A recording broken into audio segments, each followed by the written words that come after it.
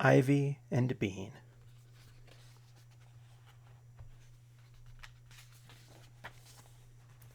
This chapter is called No Thanks. Before Bean met Ivy, she didn't like her. Bean's mother was always saying that Bean should try playing with the new girl across the street, but Bean didn't want to.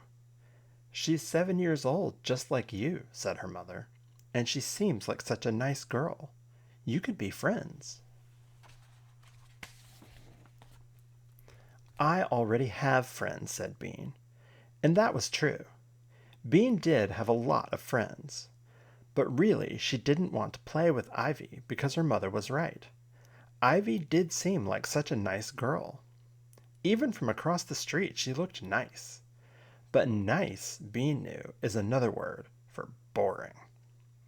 Ivy sat nicely on her front steps. Bean zipped around her yard and yelled. Ivy had long curly red hair pushed back with a sparkly headband. Bean's hair was black, and it only came to her chin because it got tangled if it was any longer. When Bean put on a headband, it fell off. Ivy wore a dress every day. Bean wore a dress when her mother made her. Ivy was always reading a big book. Bean never read big books. Reading made her jumpy. Bean was sure that Ivy never stomped in puddles. She was sure that Ivy never smashed rocks to find gold. She was sure that Ivy had never once in her whole life climbed a tree and fallen out. Bean got bored just looking at her. So when her mother said she should play with Ivy, Bean just shook her head. "No thanks," she said. "You could give it a try. You might like her," said Bean's mom. "All aboard! Next train for Boring is leaving now," yelled Bean. Her mother frowned.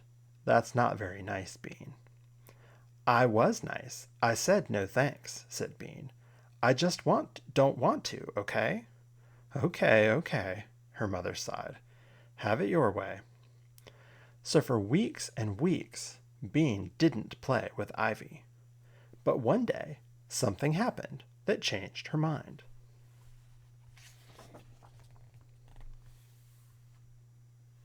Bean hatches a plan. It all began because Bean was playing a trick on her older sister. Bean's older sister was named Nancy. She was 11. Nancy thought Bean was a pain and a pest.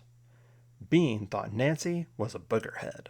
Ever since she turned 11, Nancy had been acting like she was Bean's mother.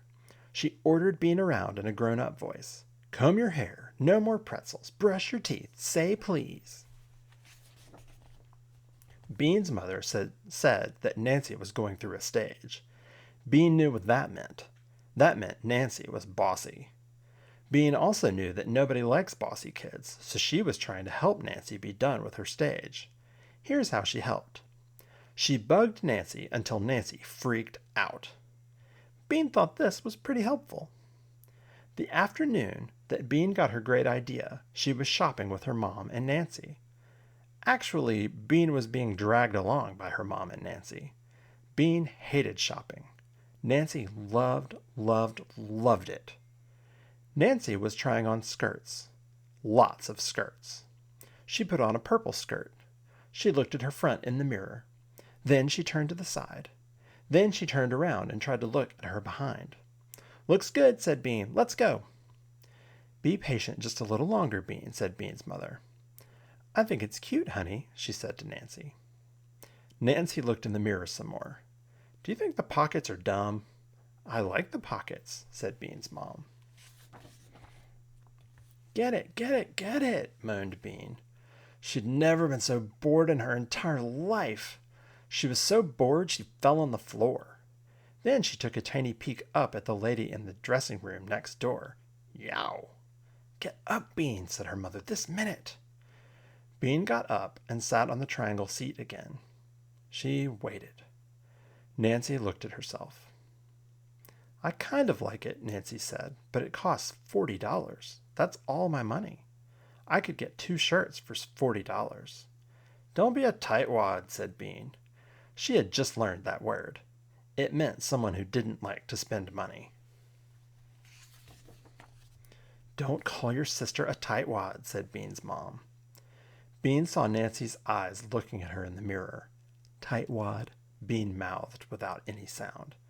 Nancy's eyes got narrow, and so quick that their mother didn't see she stuck out her tongue. Then Nancy turned to their mother and said, I think the skirt costs too much, Mom. I think I'd rather try on some tops.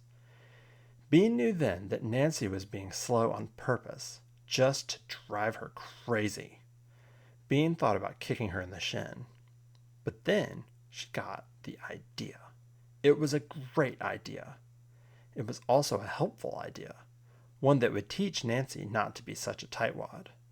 And best of all, her idea would make Nancy freak out. You'll be sorry, Bean mouthed to Nancy.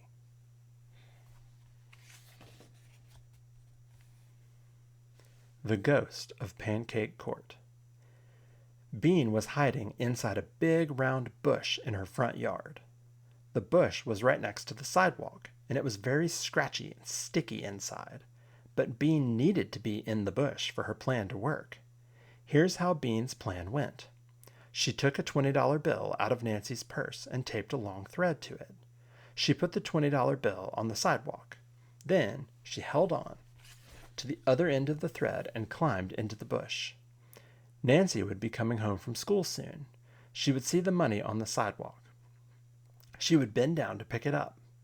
Bean would quickly pull the money away, and then Nancy would freak out. Bean could hardly wait. There was only one problem. Nancy didn't come. Bean sat inside the bush for a long time.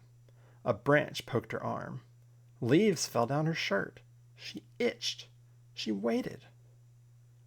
Nothing happened. It was very quiet.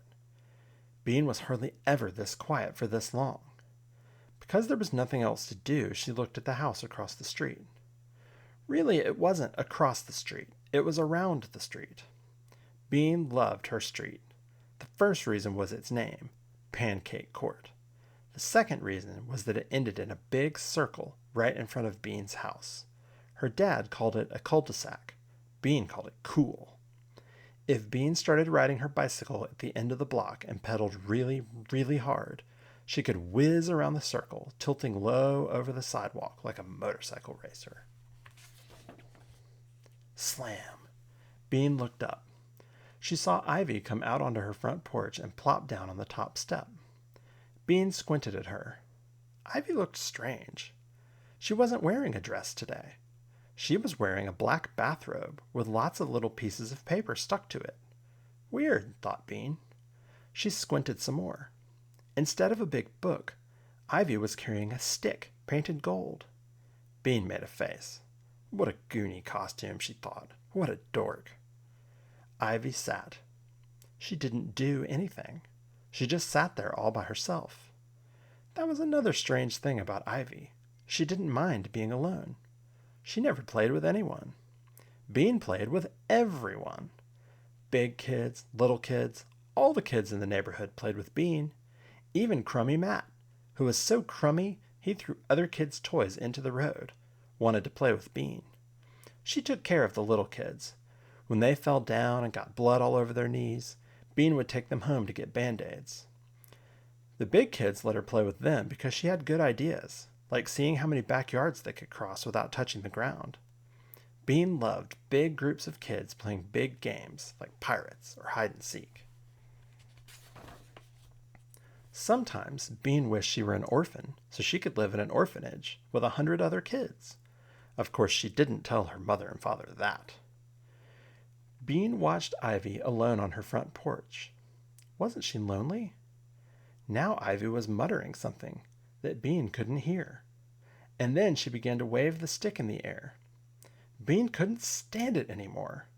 "What the heck are you doing?" yelled Bean from inside her bush. Ivy looked all around. Bean forgot that Ivy couldn't see her. "What's with the stick?" she yelled. Ivy's eyes got big. "Who's there?" she said. "Are you a ghost?" A ghost? What a great idea! Bean made her voice scratchy and spooky. Yes, she howled. I am the ghost of Mr. Killip. I lived in your house before, and I died there too. Mr. Killip had actually moved to Ohio, but Bean thought it was more interesting to say he had died. I've come to haunt you. Tonight when you're sleeping, I'll wrap my icy fingers around your neck. Bean, what are you yelling about? Oops, it was Nancy.